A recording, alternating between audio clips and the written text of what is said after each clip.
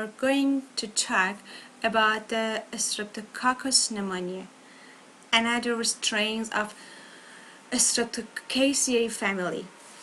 If you break down this name Streptococcus, we will face with two sections. Strepto means a chain form, as like a strip, and a coccus means a round and lancet shape. So all the Streptococcus bacteria are a round shaped bacteria arranged in a chain form. And the second part, the illnesses, it causes pneumonia. Streptococcus is a very important bacteria because of pneumonia and has a mortality among infant and adult. So, like another gram-positive bacteria, like another Staphylococcus bacteria, it is gram-positive due to thick peptidoglycan that cover around the bacteria. So, as I said, it is a round and chain-shaped. It is a community-acquired infection. It means that the infection can pass through the community, not to as a hospital-acquired infection like Acinetobacter. It doesn't have a flagell, so it is not a motile. It doesn't form a spore in a severe condition to survive in a very unsuitable condition. Although it has another strategies for surviving in unexpected conditions. I will tell you further. What is a gram-positives? Gram-positives refers to the bacteria that has a peptidoglycan. This thick layer of the cell wall takes the purple dye of a gram stainings, and we can see the purple shaped bacteria under the light microscope. Okay, that is why we say gram-positive. Comes to the physiology of the bacteria. You see the chain of the bacteria, they are in diplococ forms. If you magnify it here, we can comes to the DNA, the genomic content. This is a very simple picture. It has a cell wall. The thick peptidoglycan you can see in a light green and dark green circle. This peptidoglycan in the light green, from the other side, it binds to the polysaccharide. The polysaccharide capsules are surrounded the bacteria, and from the inner side it will attach to the phosphorylcholine. This capsule is very important in the pathogenesis of the bacteria, and according to this capsule we have different serotype. Can classify to the bacteria to the different serotypes according to this capsule. The capsule is a polysaccharide and it is very resistant to some disinfectant as well. Okay, the bacteria is facultative anaerobe. What does this mean? It means that it can survive either in an anaerobic condition or aerobic condition. It is a catalase negative. Some factor to can distinguish from other catalase positive strains of Streptococcus. I say that is not motile, it doesn't have any movement. Comes to the culture. The main culture media is blood agar. You know why? Because of the blood. The bacteria needs blood, needs hemoglobin, and it can lyse the hemoglobin but in a alpha hemolysis order. It doesn't have a beta hemolysis or complete hemolysis. It has a partial hemolysis because it catalyzes hemoglobins to methemoglobins. This is we can see the green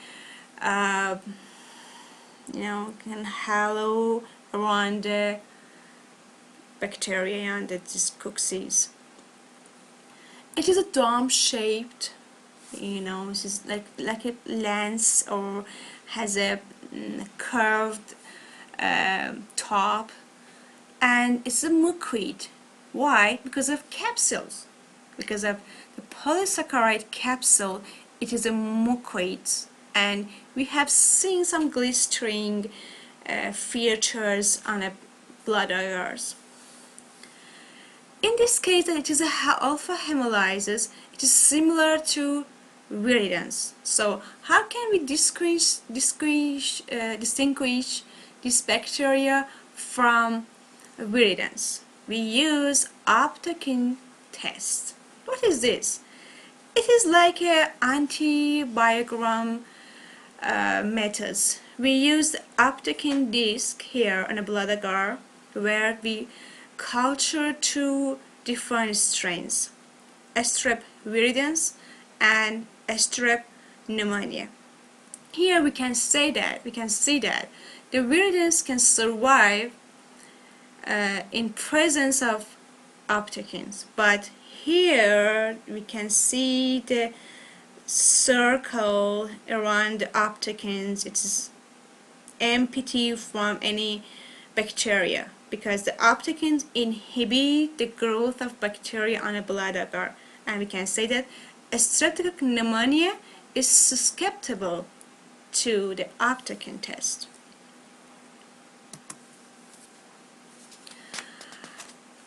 As other bacteria, we will have some virulence factor. These virulence factors consist of two main parts: the capsule, the main, and I can say that the major cause of illnesses. Around the capsule, as I show you, let me show you in this section here. We have a capsule here and some light purple, can say, so this is around this capsule. It is a pili or fimbaria. So the bacteria can attach to the surface of the upper respiratory tracts, and it form a biofilm. What is a biofilm? We have a colony of the bacteria all attached to the surface, and around these colonies we have thick layers of polysaccharides that keep the bacteria safe, and any immune cells can notice to this bacteria and eradicate it. So it can survive in it can multiply, or because they are in the colonies, they can either exchange their resistance genes to each other. That's very important. Also, we have an AGA protease and pneumolysins. These two toxins, AGA protease, can neutralize binding of AGA, the mucosal antibody that can neutralize the mucosal layers, neutralize the bacteria that enter the mucosal layers. And then the pneumolysins activate the host complement. So due to this activation, we will have local inflammations, and these inflammations contributes to the alveolar capillary bacteria. bacteriemia, and it destroys these inflammations that our body contributes to these actions, can destroy our alveolar cavities or respiratory tracts and cause the illnesses. But as a usual, it is a normal flora of upper respiratory tracts that it survive without causing any problem to the people. But in infants that have a low immune systems, and they are very susceptible to most of the disease. The old people, such as like infants, they have a low immune systems capacity. People that have some malignancies like cancers, there are diabetic people, they are alcoholic or smoking, are more susceptible to the disease.